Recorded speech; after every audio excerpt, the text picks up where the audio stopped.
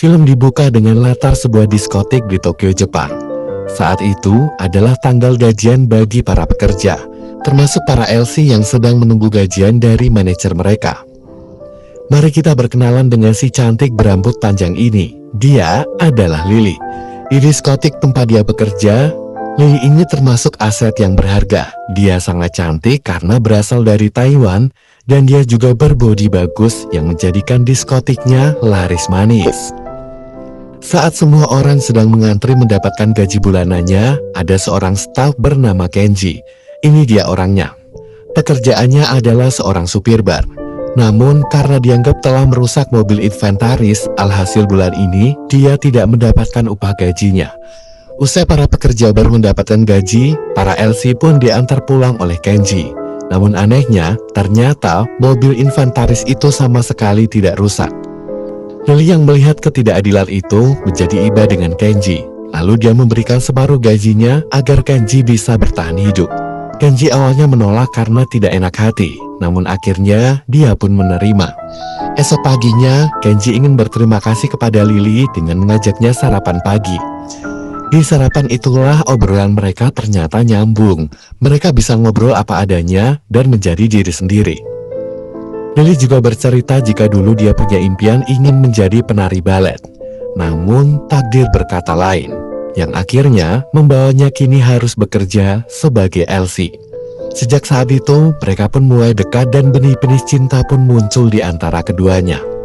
Malam itu, seperti dua sepasang kekasih yang dimabuk cinta, mereka pun menutup hari dengan bercocok tanam. Hidup mereka yang awalnya kesepian, kini menjadi berwarna. Hingga suatu sore, saat mereka sedang jalan-jalan, Lily melihat toko perhiasan. Kenji pun diam-diam membeli sebuah kalung dengan liontin penari balet untuk hadiah ulang tahun Lily. Ulang tahun Lily kini telah tiba, tapi justru Lily lah yang memberikan kejutan untuk Kenji. Dia memberikan tespek dan bilang, "Mas, aku hamil." ini. Kenji yang memang serius dengan Lily sangat bahagia dengan kabar itu. Namun kebahagiaan mereka berakhir ketika bos Yakuza pemilik bar mendengar kehamilan Lily. Para gangster pun segera memukuli Kenji hingga babak belur. Mereka marah karena jika Lily yang menjadi primadona di bar itu sampai hamil, para pelanggannya pasti akan kabur. Dengan kejam Lily dibawa ke tempat aborsi untuk menggugurkan bayinya. Dalam keadaan yang menyedihkan, Lily tidak patah menyerah. Saat para gangster tengah lengah, Lily pun kabur melarikan diri dari rumah aborsi dan pergi keluar Tokyo. Beberapa bulan pun berlalu, Lily kini telah melahirkan bayinya yang diberi nama Jun. Namun kehidupannya sangat menyedihkan. Dia hanya tinggal di kos kumuh, uang tabungannya habis, dan tidak punya pekerjaan. Seolah tidak punya harapan, akhirnya dia pun memutuskan membuka jasa Open BO. Dengan nekat, dia mencari pelanggan pertamanya di pinggir jalan. Namun pelanggan pertama itu kaget ketika akan bermantap-mantap, dia melihat ada bayi kecil di rumah Lily. Namun karena sudah bayar, dia tidak mau rugi. Akhirnya, mereka pun tetap melaksanakannya. Hari demi hari Lily terus menjalani pekerjaan Open BO-nya. Namun, lagi-lagi hari apes tidak ada di kalender ya bun. Pelanggannya hari itu adalah seorang pria botak bernama Kentaro. Ternyata dia adalah bos Yakuza. Saat akan melangsungkan bercocok tanam, Kentaro malah menyuntikkan narkoboy kepada Lily. Hal itu sengaja dilakukan agar Kentaro bisa bermantap-mantap secara gratis. Dan tentu saja, Lily yang terjebak pun akhirnya jadi sering menemui Kentaro dan melayaninya demi bisa mendapatkan narkoboy. Seiring berjalannya waktu, anak Lily yang bernama Jun bertambah besar. Namun hidup mereka makin memprihatinkan. Lily menjadi sangat kecanduan narkoboy, tubuhnya semakin kurus dan tidak terawat. Sedangkan Kentaro yang sudah bosan dengan Lily jadi jarang menemuinya. Hingga tiba hari di mana Lily sakau. Dia nekat meninggalkan Jun yang masih berusia 1 tahun demi keluar membeli narkoboy pada seorang bandar. Kepedihan hidup Lily tidak berhenti sampai di situ saja. Saat dia kembali, dia terkejut melihat Jun sudah berada di luar kos beserta dengan barang-barangnya. Ternyata karena berbulan-bulan dia tidak membayar sewa kos, mereka pun akhirnya diusir oleh pemiliknya. Waktu terus berjalan, kita berpindah ke sebuah kota di Taiwan, di mana para gangster merayakan keberhasilannya karena telah berhasil merampok uang bergepok-gepok. Namun, tiba-tiba teman mereka jatuh tertembak di punggungnya. Lalu muncullah tokoh utama kita. Dia adalah Mr. Long. Pekerjaannya adalah seorang pembunuh bayaran. Dengan cekatan, Mr. Long berhasil menghabisi para gangster itu dan merebut uang hasil curian mereka. Setelah itu dia bergegas menemui bosnya dan menyerahkan tas berisi uang itu. Selanjutnya, kini Mr. Long mendapatkan tugas baru, yaitu menghabisi seorang bos Yakuza bernama Shotaro yang tinggal di Tokyo. Dia juga dibekali paspor dan tetek bengeknya. Hari pun berganti, kini dia telah tiba di Tokyo dan segera mencari targetnya di sebuah diskotik. Setelah menemukan Shotaro, dia pun segera melangsungkan aksinya. Namun apes, namanya juga bos Yakuza, pasti banyak perlindungan di tubuhnya. Ternyata Shotaro ini memakai baju pelindung sehingga pisau itu tidak berhasil menembus badannya. Alhasil, Mr. Long pun ditangkap oleh anggota gangster dan dimasukkan ke dalam karung lalu dipukuli hingga babak belur. Dia pun akhirnya dibawa ke tepi jurang. Di saat pergelutan itu berlangsung, dari jauh Kenji pacar Lily yang juga memiliki dendam dengan Shotaro datang untuk menanyakan di mana keberadaan Lily. Saat perhatian para gangster teralihkan oleh Kenji, Mr. Long pun kabur dengan berguling-guling ke tepi jurang. Sedangkan Kenji yang berusaha melawan para gangster, dia malah ikutan terjun ke dalam jurang bersama dengan Mr. Long. Para gangster masih terus berusaha menembakinya, namun sayangnya malah salah sasaran dan mengenai temannya sendiri. Sedangkan nasib Kenji, dia sempat ikut menolong membukakan ikatan tali pada Mr. Long. Sebelum akhirnya, dia ikut dihabisi oleh para gangster hingga tewas. Mr. Long akhirnya berhasil kabur meskipun sempat terkena tembakan pada perutnya. Di tengah hujan di kota Tokyo, akhirnya Mr. Long berhasil kabur dari kejaran para gangster karena dia bersembunyi dengan masuk ke dalam sebuah mobil pickup. Hari pun berganti, Mr. Long yang menumpang di dalam mobil pickup itu akhirnya tiba di sebuah kampung kumuh yang kebanyakan penghuninya adalah imigran Cina, di mana kebanyakan penghuni di sana adalah para pemakai narkoboy. Sungguh kampung yang madesu. Mr. Long yang sudah lemas akhirnya istirahat di atas seng bekas. Beberapa saat kemudian datang bocil yang membangunkannya dan memberikan minum. Lalu bocil itu pergi lagi dan balik lagi sambil membawa obat-obatan. Selang beberapa saat bocil itu kembali lagi dan kali ini dia membawa pakaian wanita agar Mr. Long mengganti pakaiannya yang sudah kotor. Selang beberapa saat terdengar petani yang sedang mengejar si bocil yang telah mencuri sayuran darinya. Karena Mr. Long sudah sangat lapar, dia pun mengambil sayuran itu dan menemukan rumah yang masih memiliki air bersih. Meskipun kondisinya sudah sangat tidak layak huni, namun bisalah ya jika dia masak di sana. Dia pun segera mengambil umbi dan daun bawang hasil curian si bocil. Tak lupa, dia juga mengais panci dan sotil bekas di sana. Beruntunglah, dia menemukan 2 toples berisi garam dan gula. Pagi itu Mr. Long membuat sarapan dengan peralatan seadanya. Dia juga memberikan semangkok untuk si bocil. Saat mereka sedang sarapan, Mr. Long kaget karena si bocil ini ternyata bisa bahasa Cina seperti dirinya. Selang beberapa saat, terdengar wanita memanggil yang ternyata dia adalah Lily. Jadi, bocil yang baik hati tadi adalah John yang kini sudah tumbuh agak besar. Ternyata Lily memanggilnya untuk membelikan narkoboy karena kondisi Lily sedang sakau. Jun yang masih belum mengerti apa-apa menuruti permintaan ibunya. Sang bandar narkoba yang nampak sudah terbiasa dengan kebiasaan ini menyamarkan narkoboy itu dengan memasukkannya ke dalam sebuah mainan. Dari kejauhan, ternyata Mr. Long membuntuti Jun dan merasa prihatin melihat hal ini. Setelah Jun sampai di rumah, dia segera menyerahkan narkoboy itu kepada ibunya. Namun, Mr. Long datang dan segera merebut barang haram itu. Mama Dia langsung mengejar Lily dan mengguyurnya dengan air. Namanya juga sakau, pasti tubuhnya terasa sakit.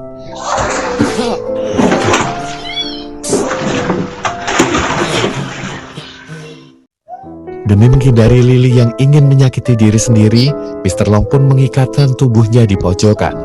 Melihat itu, Jun kebingungan dengan sikap Mr. Long yang belum mengerti jika ibunya ini sedang sakau. Sambil membuat makanan untuk Lily, Mr. Long dengan sabar memberitahu Jun jika kondisi ibunya tidak baik-baik saja. Malam harinya Mr. Long yang sudah terjebak di kota itu mencari cara agar bisa pulang ke negaranya. Saat dia berkeliling, dia melihat mobil pick-up yang tidak ada supirnya. Segera, dia mencuri HP agar bisa menghubungi bosnya di Taiwan. Namun yang mengangkat telepon adalah bos asistennya. Karena sudah tidak punya paspor, HP dan uang sepeser pun, dia pun kebingungan bagaimana cara dia bisa kembali. Di saat itulah dia diberitahu jika ada jadwal kapal yang akan berlayar dari Jepang ke Taiwan pada tanggal 30 Agustus. Sedangkan harga tiket kapalnya adalah 300.000 yen. Tentu saja, Mr. Long jadi putus asa mengingat dia tinggal di kota yang isinya adalah orang-orang miskin, lapangan pekerjaan pun gak ada. Mau cari uang gimana coba? Hari pun berganti, Mr. Long kembali memasak seperti biasa. Namun ternyata asap masakannya itu sampai ke tetangga sekitar bernama Pak Heisuke. Pak Heisuke yang kepingin pun ingin mencicipinya. Naksirlah dia pada masakan itu. Dengan segera, Mr. Long diajak ke rumahnya untuk memasak. Hanya memasak sayur sawi saja, nikmatnya luar biasa. Sampai-sampai para tetangga yang lainnya pun ikut datang mencicipinya. "Nyatin no, besok klinik temoratan daya." Oh iya. Alhasil, malam harinya pun dia diminta sebagai koki di makan malam mereka. Dengan antusias, para tetangga itu menyediakan bahan makanan yang sangat lengkap. Bagaikan pesulap, bahan makanan itu diubah menjadi makanan super lezat. Sontak para tetangga yang terlanjur jatuh cinta dengan masakan Mr. Long ingin terus mencicipinya dengan cara memodalinya membuka usaha mie Taiwan. Lah, kok kebablasan ya? Ini sedang menentukan.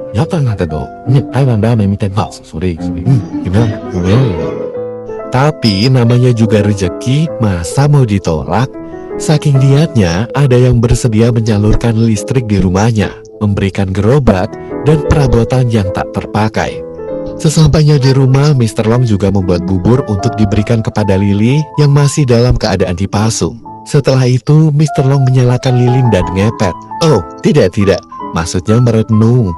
Secara rumahnya belum terpasang listrik ya guys, jadi dia menyalakan lilin. Di tengah kegelapan itu dia merenung dan melihat beberapa lembar uang yang didapat dari tetangganya. Dia pun seolah mendapatkan harapan untuk bisa beli tiket kapal agar bisa pulang ke Taiwan sebelum tanggal 30 Agustus. Esok paginya, Mr. Long ditemani Jun duduk merenung memandangi gerobak pemberian tetangganya. Setelah itu, berbondong-bondong tetangga lain datang dan membersihkan rumahnya. Pokoknya semua menjadi beres. Dibikinin gerobak, dibeliin bahan baku jualan, dipasangin listrik, dan diberi tanaman-tanaman bagus. Wah, Mimin juga mau punya tetangga sebaik ini. Sebagai orang yang punya kehidupan yang keras, tentu Mr. Long hanya bisa bengong melihat kebaikan dari semua tetangganya.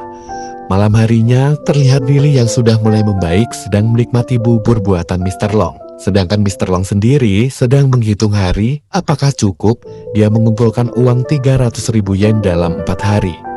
Esoknya Mr. Long dengan semangat berjualan mie Taiwan di depan kuil. Jualan itu ternyata langsung ludes. Bahkan salah satu tetangganya mengajak sesama fans parfum band untuk menyemangati Mr. Long saat berjualan.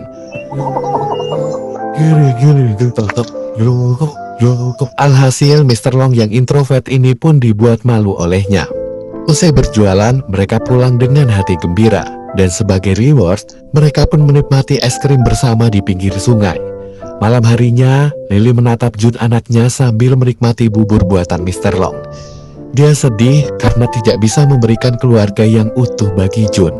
Sedangkan Mr. Long dengan semangat dia kembali membuat mie untuk bahan jualan besok pagi. Hari berganti, dengan masih ditemani oleh Jun, Mr. Long berjualan lagi di depan kuil. Kali ini makin laris jualannya saking lezatnya mie Taiwan ini. Bahkan ada yang sengaja memotretnya untuk upload di sosmed.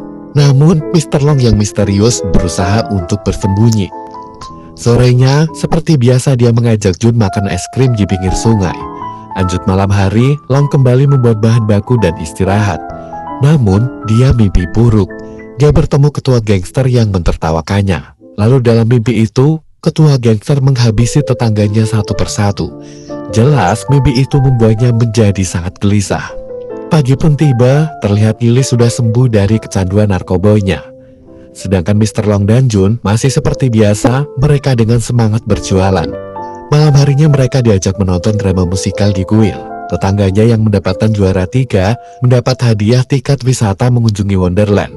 Dengan sukarela, tetangga itu pun memberikannya kepada Jun agar bisa pergi bersama dengan Mr. Long dan Lily. Bahkan tetangga yang baik itu juga meminjamkan kamera. Itu aja. Ashita, ukasan sayang. Tegawan. Usai dari nonton pertunjukan di kuil, Mr. Long dengan perasaan galau karena uang yang terkumpul belum mencapai 300.000 yen. Sedangkan besok sudah tanggal 30 Agustus. Dengan sedih, dia pun akhirnya memutuskan menunda kepulangannya ke Taiwan dan memilih menikmati waktu bersama Jun dan Lily. Akhirnya mereka pun berangkat bersama layaknya keluarga bahagia. Mereka menikmati perjalanan wisata mereka, dan sebagai cindera mata, mereka juga membuat gelas dari tanah liat. Hari itu menjadi hari yang bahagia buat mereka bertiga. Sekalipun sikap Mr. Long dingin dan jarang tersenyum, namun dia pun juga menikmati momen kebersamaan itu.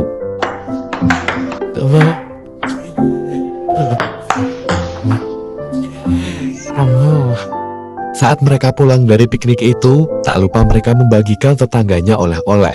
Ditambah, Mr. Long juga memasakkan makanan super lezat lagi bagi para tetangga baik hatinya.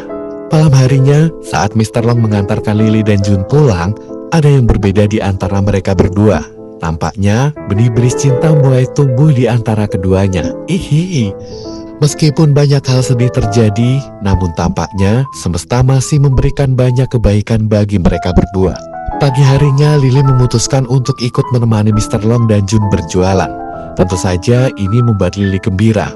Rasanya, dia seperti mendapatkan harapan baru untuk punya kehidupan yang normal seperti yang lainnya. Saat mereka pulang, mereka melintasi lapangan baseball. Jun hanya bisa menatap dari luar lapangan. Mr. Long yang menyadari jika selama ini Jun telah banyak membantunya berjualan, merasa kasihan karena dia tidak pernah punya teman. Mr. Long pun berinisiatif mendaftarkan Jun ke sekolah baseball. Tentu saja ini membuat Jun dan Lily sangat bahagia. Setiap hari, Jun dan Gege berlatih bersama Mr. Long. Mereka ini tampak sudah sangat dekat layaknya seorang anak dan ayah. Tibalah saatnya klub baseball mengadakan lomba. Semua tetangga ikut mendukung Jun dalam lomba itu. Namun, karena dukungan dari tetangga yang terlalu riuh, membuat Jun gugup. Tapi akhirnya, Jun berhasil mencetak poin yang akhirnya membuat tim baseball mereka menang.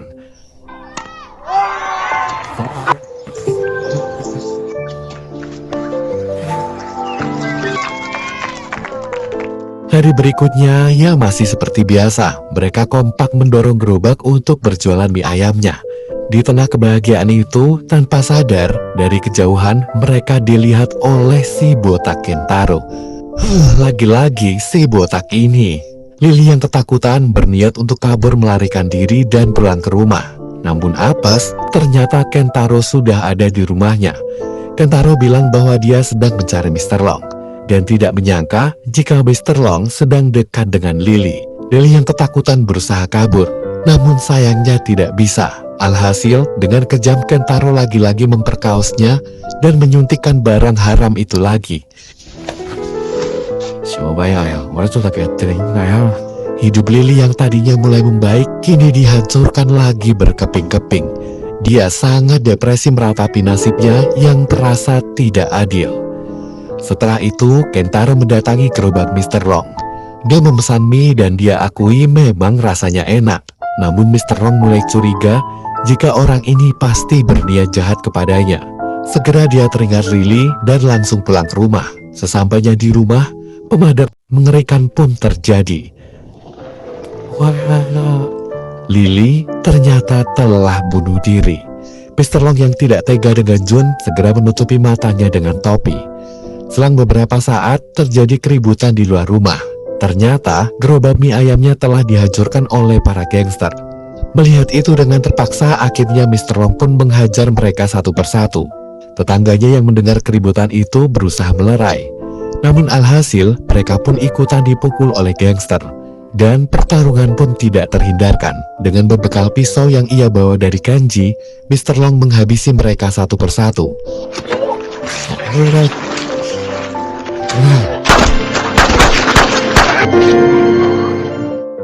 Usai pergelutan yang berdarah-darah itu, akhirnya Mr. Long berhasil membunuh Shotaro. Namun sayangnya, para tetangga dibuat syok karena orang yang selama ini dia bantu ternyata adalah pembunuh bayaran. Demi keselamatan bersama, mereka pun terpaksa mengusir Mr. Long agar kembali ke negaranya. Akhirnya, mereka pun berpisah. Setelah sampai di Taiwan, Mr. Long kembali menemui bosnya dan mendapatkan misi baru. Namun beberapa saat kemudian, terdengar suara berisik dari luar yang ternyata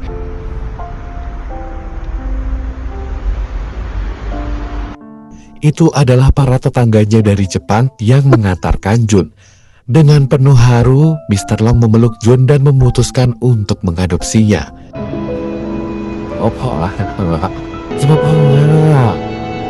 Ia pun disekolahkan di sekolah yang baik dan mendapatkan kehidupan yang layak. Dalam hidup, kadang-kadang semesta mempertemukan kita dengan orang yang bermacam-macam. Ada yang baik, ada juga yang buruk. Ada juga yang seperti Mr. Long. Sekalipun sikapnya dingin, tapi dia memiliki hati yang tulus. Walaupun kadang hidup tidak sesuai rencanamu, tapi skenario Tuhan pasti yang terbaik. Seperti Jun yang tadinya tidak pernah melihat sosok ayah dan harus kehilangan ibunya. Tapi Tuhan gantikan dengan ayah yang baik dan menyayanginya. Terang papa enak rasanya. Sampai jumpa di video berikutnya.